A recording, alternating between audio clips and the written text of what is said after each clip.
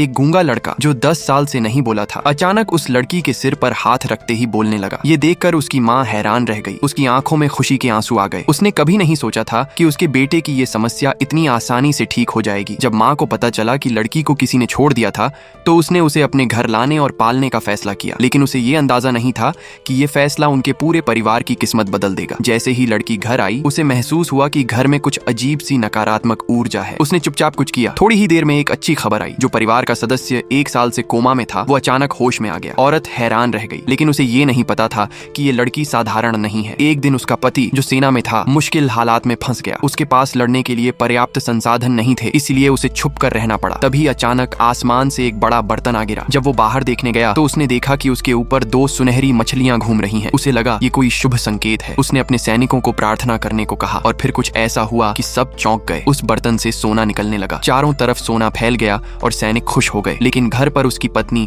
हर दिन उसकी चिंता में रहती थी। लड़की ने ये देखा और एक बार फिर चुपचाप कुछ किया। कुछ ही समय बाद खबर आई कि उसका पति युद्ध जीतकर सुरक्षित लौट रहा है। ये सुनकर औरत की आंखों में खुशी आ गई। अब उसे समझ आ गया था कि ये लड़की कोई आम बच्ची नहीं बल्कि उनके लिए किस्मत बदलने वाली है। अगर आपको लगता है ऐसी शक्ति सच में हो सकती है तो कमेंट में जरूर बताना।